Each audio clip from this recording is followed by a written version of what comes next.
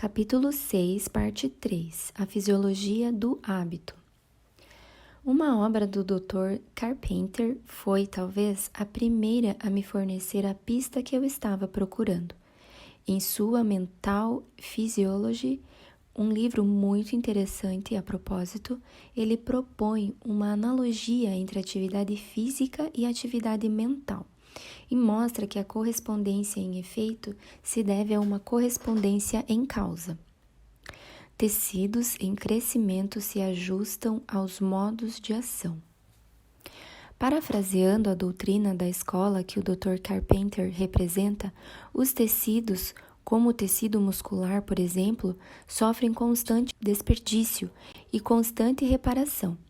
Mesmo aqueles modos de ação musculares que consideramos naturais, como andar e ficar de pé, são na realidade o resultado de uma laboriosa educação.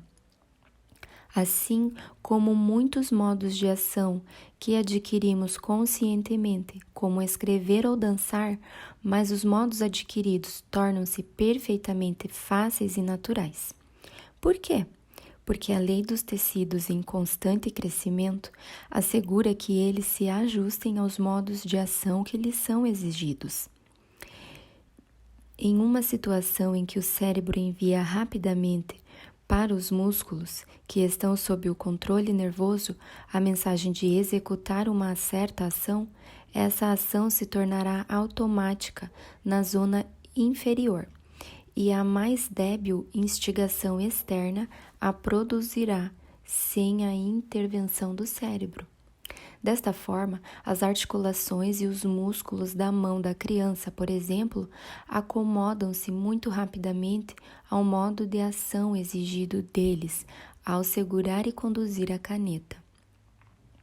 Observe, não é que a criança aprende com sua mente como usar sua caneta a despeito de seus músculos, mas que os próprios músculos, em novo crescimento, se ajustam de acordo com a ação exigida deles. E esta é a explicação para todas as proezas do palhaço que parecem simplesmente impossíveis para o observador inexperiente.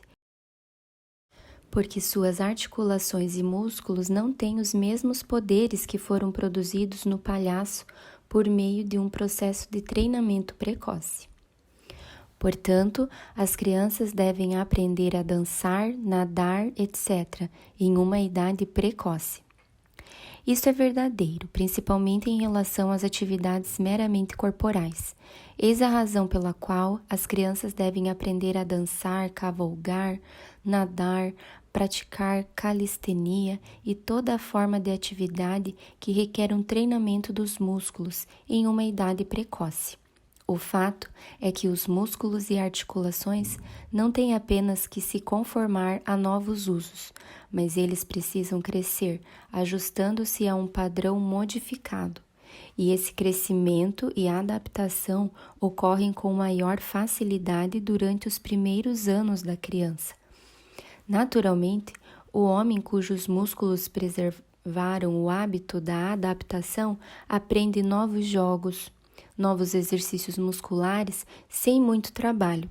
Mas ensine um lavrador a escrever e você verá a enorme dificuldade física que os músculos desacostumados têm para se ajustar a qualquer novo tipo de esforço. Neste ponto, constatamos a importância de zelar pelos hábitos de enunciação, postura e assim por diante que a criança está formando a cada momento. O andar arrastado, os ombros encurvados, a enunciação confusa não são meros costumes a serem rompidos quando a criança for mais velha e mais sensata, pois eles estão a todo momento crescendo nela e se tornando parte dela, à medida em que vão sendo registrados na própria substância de sua medula espinhal. A parte de seu sistema nervoso onde a consciência reside, o cérebro, há muito tempo deu uma ordem permanente, e tais são as complicações dessa administração que retirar a ordem significaria ter de refazer totalmente as partes envolvidas. Consequentemente, Para corrigir os maus hábitos de enunciação, por exemplo, não seria suficiente que a criança desejasse e tentasse falar com clareza. Ela não seria capaz de fazê-lo de forma habitual, até que algum grau de novo crescimento tenha ocorrido nos órgãos da voz, na medida em que ela prossegue fazendo esforços para formar um novo hábito. Os hábitos morais e mentais deixam sua marca nos tecidos físicos. Mas de forma prática, todos sabemos que o corpo e todas as suas partes se acomodam muito prontamente aos usos a que se destinam. Sabemos que se uma criança se acostumar a ficar apoiada em um único pé, deslocando um ombro para cima, o hábito provavelmente resultará em um desvio de coluna, que se ela permitir que seus ombros fiquem encurvados e, consequentemente, seu tórax fique contraído, estará abrindo caminho para uma doença pulmonar. As consequências físicas de maus hábitos desse tipo são tão evidentes que não podemos nos manter cegos à relação de causa e efeito. O que estamos menos preparados para admitir é que os hábitos que não aparentam ser, em nenhum sentido, físicos, um hábito de impertinência, um hábito de veracidade, um hábito de ordem, também deixam sua marca nos tecidos físicos e que provavelmente a enorme força do hábito deve-se exatamente a esse efeito físico. Ainda quando consideramos que o cérebro físico, é o órgão excessivamente delicado por meio do qual pensamos, sentimos, desejamos, amamos, odiamos e adoramos, não devemos ficar surpresos com o fato de que esse órgão seja modificado pelo trabalho que precisa executar.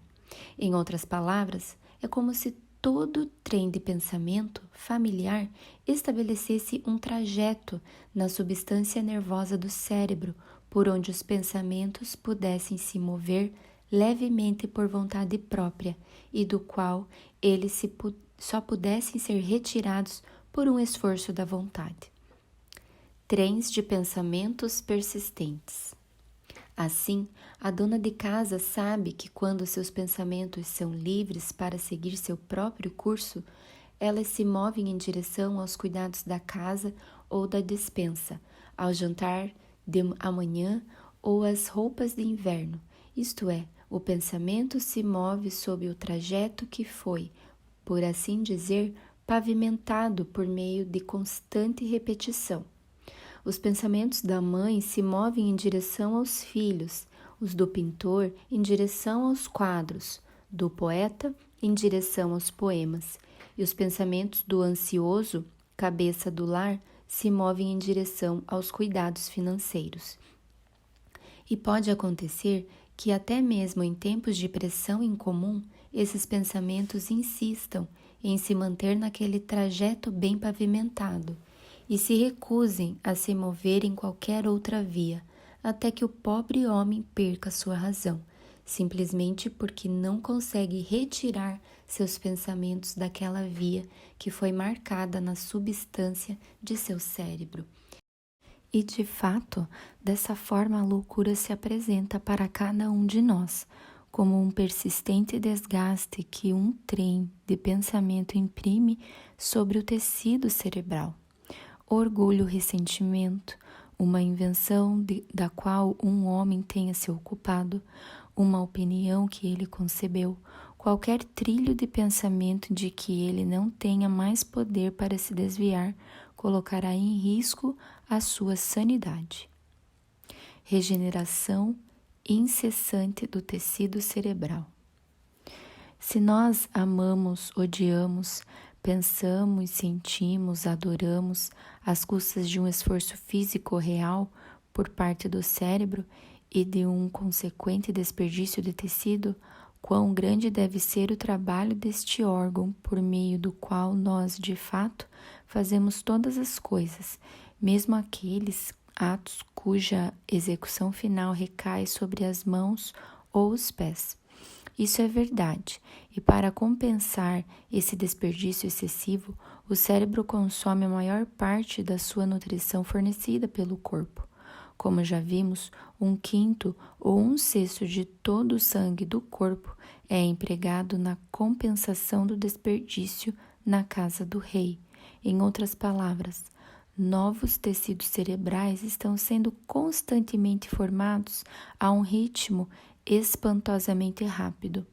Alguém pode até se perguntar com que idade a criança já não terá mais qualquer parte do tecido cerebral com a qual ela nasceu. O novo tecido replica o antigo, mas não de forma totalmente exata, da mesma maneira como um novo crescimento muscular se adapta a qualquer novo exercício que lhe seja exigido. O novo tecido cerebral deve crescer, se ajustando a qualquer hábito de pensamento vigente durante o tempo do crescimento. E a palavra pensamento aqui inclui, é claro, todo exercício da mente e da alma.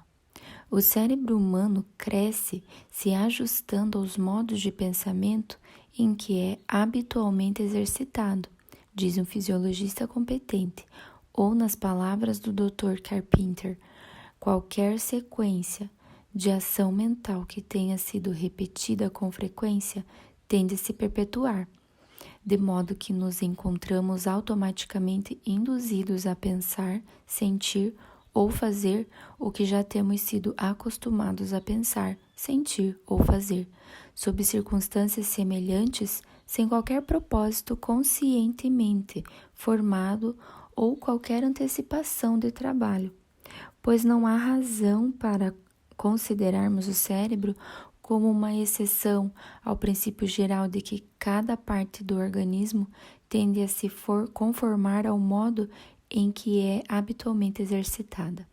E essa tendência será especialmente forte no aparato nervoso, em virtude de uma regeneração incessante, que é a principal condição de sua atividade funcional. De fato, raramente se duvida que todo o estado de consciência ideacional, muito forte ou habitualmente repetido, deixa uma impressão orgânica no cérebro, em virtude da qual o mesmo estado pode ser reproduzido em qualquer momento futuro, caso seja ativado por uma sugestão correspondente. Ações de reflexo artificiais podem ser adquiridas. Ou citando a forma como Huxley aborda o caso. Com a ajuda do cérebro, podemos adquirir uma infinidade de ações de reflexos artificiais, ou seja, uma ação pode exigir toda a nossa atenção e toda a nossa vontade em sua primeira, segunda ou terceira execução, mas por repetição frequente, ela se torna, de certa forma, parte da nossa constituição e é realizada sem volição ou mesmo consciência. Como todo mundo sabe, é preciso muito tempo para se treinar um soldado, por exemplo, a se colocar na atitude de atenção, no momento em que a palavra de comando é ouvida. Mas depois de um tempo, a palavra pronunciada dá origem à ação, quer o soldado esteja pensando nela ou não. Há uma história suficientemente crível, embora não verdadeira, de um brincalhão que, ao ver um veterano dispensado levando seu jantar para casa, gritou: "Atenção!" repentinamente, ao que o homem abaixou as mãos no mesmo instante, deixando cair o carneiro e as batatas. O treinamento estava completo e seus efeitos incorporados à estrutura nervosa do homem. A contingência de toda educação, da qual o treinamento militar é apenas uma forma particular, é baseada na existência desse poder que o sistema nervoso possui, de tornar ações conscientes em operações mais ou menos inconscientes ou reflexas. Podemos estabelecer isso como regra, se quaisquer dois estados mentais forem evocados juntos ou em sucessão com a devida frequência e vivacidade, a manifestação posterior de um deles será suficiente para evocar o outro, quer desejemos ou não. Educação intelectual e moral. O objetivo da educação intelectual é criar esse tipo de associações indissolúveis entre nossas ideias, na ordem e na relação em que elas ocorrem naturalmente. E o de uma educação moral é relacionar de forma permanente as ideias de más ações às de dor e indignidade, e as ideias de boas ações às de prazer e nobreza. Mas o mais importante para o educador é o entrelaçamento íntimo da mente e da matéria. A ideia que colocamos amplamente sob a figura, de maneira alguma cientificamente precisa, de um trajeto. Dado que o constante controle dos pensamentos produz um certo impacto nos tecidos cerebrais.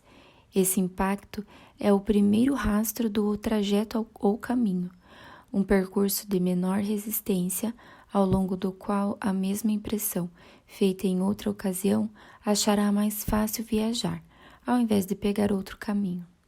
Dessa forma, dá-se início a um direito de passagem para qualquer hábito de ação ou pensamento. O caráter é afetado pela modificação do tecido cerebral.